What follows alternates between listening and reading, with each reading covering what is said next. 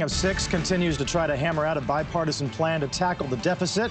Some say, though, their efforts are doomed. Joining us this morning, Congressman Jeb Hensarling of Texas, Vice Chair of the Financial Services Committee, and House Minority Whip Steny Hoyer of Maryland. Gentlemen, good morning to you both. Good morning.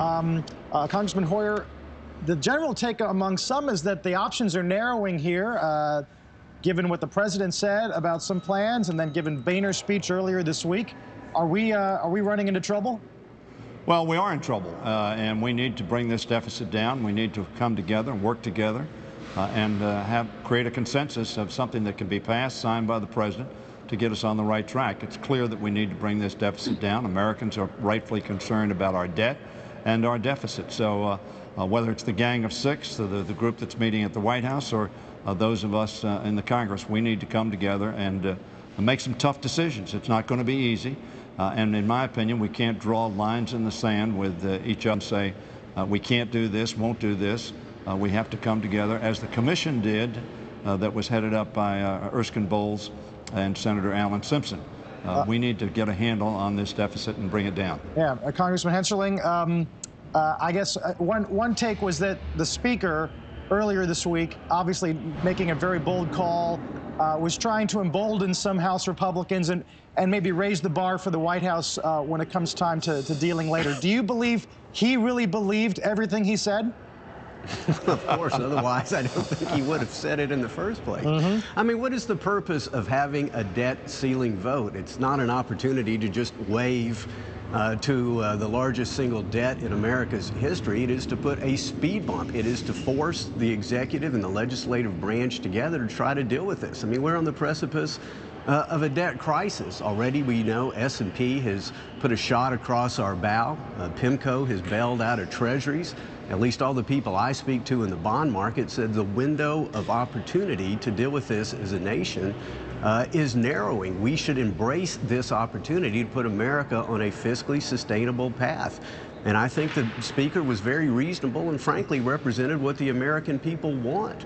And that is, you know, if we're going to have to increase the debt limit, if we're going to have to help the president pay these bills, then the least he can do is start to cut up the credit cards.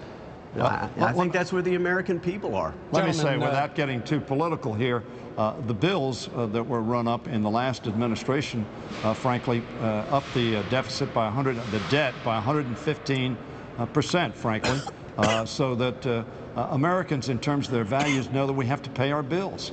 And that's what the debt limit vote is about. Speaker Boehner said it would be an adult moment, and what he really meant by that was, look, there's not an option. We know we have to that. The Majority Leader, Mr. Cantor, has said that, but they've drawn a line in the sand and say, but we won't pass it if we don't do this, that, or the other.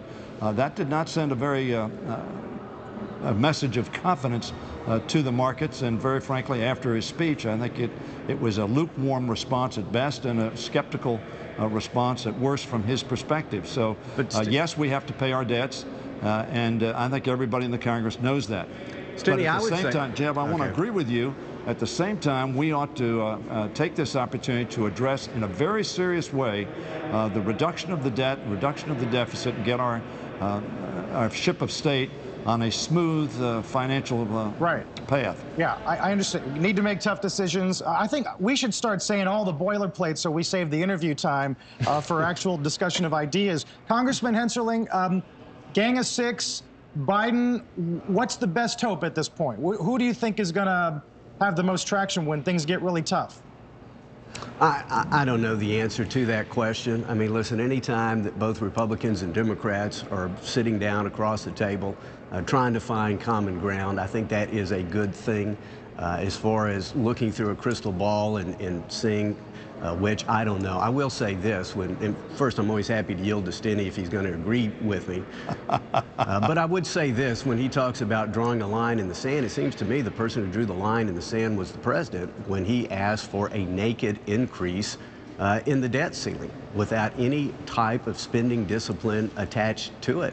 Yeah. In the modern era, I think you've had at least 9 naked debt ceiling votes go down in flames. I mean, this is a moment that has to be embraced. Again, that's why we have this in the first place, and we believe that the challenge is on the spending side. They're telling me to go to commercial. It's too bad. Good to see you both. Thank you for your time. Squawk continues in a moment.